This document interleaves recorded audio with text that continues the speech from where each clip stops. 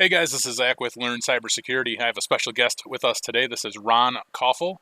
He just got a full-time position in cybersecurity, and I brought him on so that he could tell us a little bit about himself and also share his advice. But I really want to hear his story and understand what got him interested in IT, but more specifically, cybersecurity. So welcome on the channel, Ron. Yeah, it's great Appreciate to you be here. coming in. Awesome, man. Can you tell us a little bit about yourself and what got got you interested in IT and all that? Yeah, so honestly, it got started with law. In high school, we had a government and law class that I was really interested in, and that got me kind of interested in compliance in general. I originally went in applying to colleges for computer engineering and found that my math skills were not quite up to par to get into those majors. So I went to a community college for computer science and really fell in love with the field and got my hands dirty with any kind of extracurriculars that I could, any kind of volunteer work I could get done. And then from there, I transitioned to the university I'm at now, Illinois State University.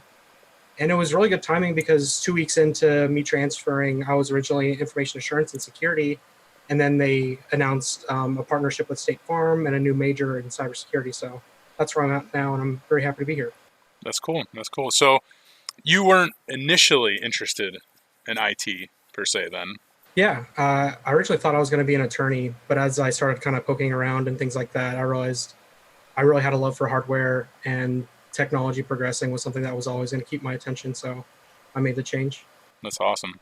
So what? I guess what's started like with like the interest? You know what kind of piqued your interest the most out of everything that you've kind of learned so far?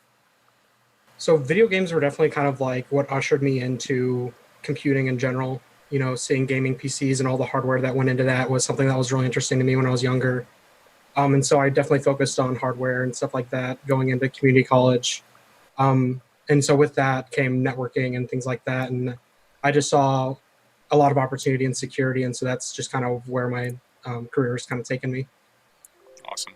So what type of stuff are you doing with cybersecurity right now? So I work on a monitoring team, and we're kind of in the operations center of things. So some of the analogies I've seen is like we're kind of like the ranger in a forest, and we're trying to see forest fires before everything burns down. So we're the ones who get the kind of first alerts, and we escalate things and we deal with things as they come in. Okay. Can you expand on any type of applications and stuff that you guys use, or any maybe applications that you're familiar with as far as Yeah. like analysis and things like that? Um, so some of the I'm kind of this is something that I wanted to touch on because being in cybersecurity, you don't want to kind of talk too much about your company's processes and things like that. I don't want to name specific vendors or anything. Sure. But one of the things that I've found is becoming more and more prevalent in security right now is what's called purple teaming. And Yep. a lot of that is red teams and blue teams meeting together. And that is, the defensive and offensive side of things coordinating to develop better alerts.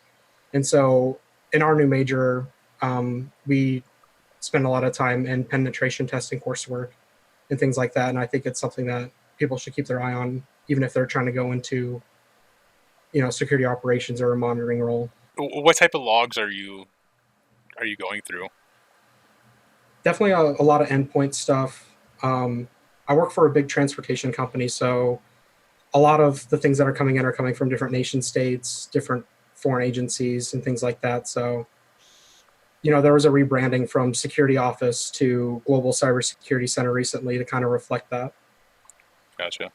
So, but are you reading like any? Are you reading like Windows logs? Are you reading like Linux logs? Like networking logs, things like that. Yeah, there is some of that. The good thing is we hook up with a lot of vendors that help automate processes like that. So these logs will come in and they'll trigger alerts that we'll deal with. That was something I was really surprised by. Was a lot of the reason why people go to help desk first is because they get used to working through tickets and you get used to the environment. And that's something that I've seen a lot of is there is definitely a surplus of cybersecurity jobs right now. But the competition is pretty high because you have a lot of people who work in industries that touch on security. Maybe it's risk and compliance, maybe it's something else, and they want to make that transition. So having experience like help desk and things like that, where you work through tickets and are working those soft skills where you're communicating with other employees about what they're working on and security risks there, that's definitely a good skill set. Is there any advice that you could give to people who would be looking as at cybersecurity as a career path for them?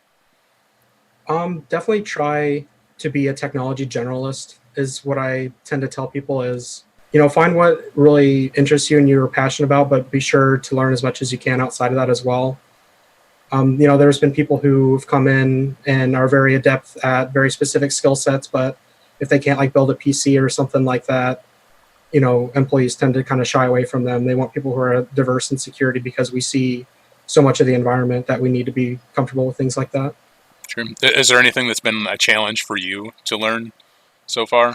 Definitely a lot of the more technical networking stuff is it's very particular and very specific, like developing subnets and making sure that communications go in the right ways and things aren't getting out of hand and you don't have bits going where they're not supposed to. Right. But it's a really good learning process, and I think we'll see a lot of people coming into security as management kind of realizes that the way to fill the surplus is to hire new talent and things like that. Yeah.